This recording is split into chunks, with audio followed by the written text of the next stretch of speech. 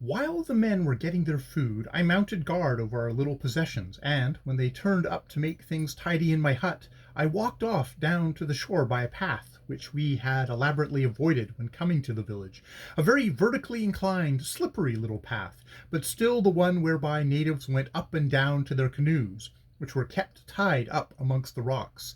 The moon was rising, illuminating the sky, but not yet sending down her light on the foaming, flying Ogwe in its deep ravine.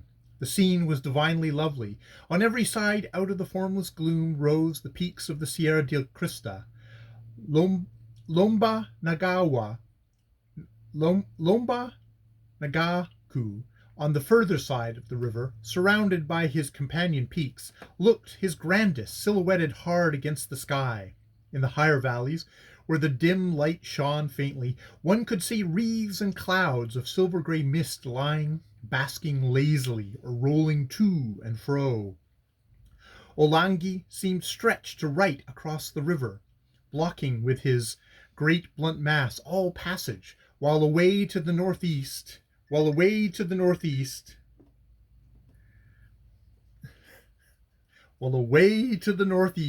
a cone-shaped peak showed conspicuous, which I afterwards knew as Kangwe.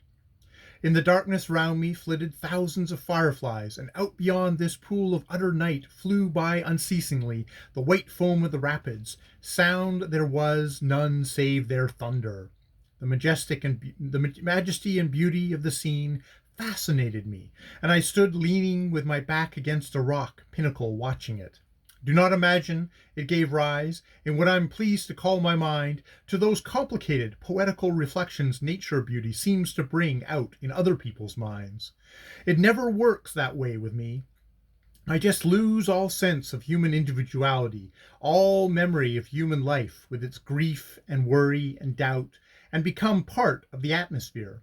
Mbo, I found, had hung up my mosquito bar over one of the hard wooden benches, and going cautiously under it, I lit a nightlight and read myself asleep with my damp, dilapidated old Horace.